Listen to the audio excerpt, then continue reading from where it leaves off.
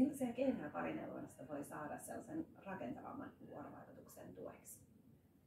No hirveän monenlaisia keinoja, jotka usein liittyy sinne ihan sinne arkisiin tilanteisiin rakentavamman ja turvallisemman vuorovaikutuksen tueksi. Mä ajattelen, että yksi keskeisimmistä keinoista liittyy varmaan sinne tapaan kuunnella ja toisaalta tapaan puhua. Miten kuunnella silleen kumppania, että kumppani pystyy puhumaan ja miten puhua sille, että kumppani pystyy kuuntelemaan. Mä ajattelen, että ne liittyy usein sinne puhumiseen ja kuuntelemiseen ne keskeiset keinot. Mitä sanoja me käytetään, että minkälaista kieltä, puhutaanko me siitä minusta itsestä lähtöisin olevaa puhetta vai puhutaanko me semmoista syyttelevää, miksi aina tai miksi et koskaan puhetta. Siinä on iso ero. Hirveän paljon tutkitaan ihan niitä sanoja, joita me käytetään.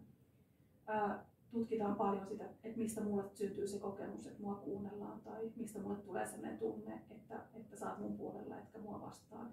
Ne saattaa liittyä vaikka ihan tämmöiseen koskettamiseen tai katseeseen tai vaikka siihen, että kumppani kääntyy kohti ja laittaa puhelimen pois. Ne saattaa olla hyvin pieniä arkisia asioita.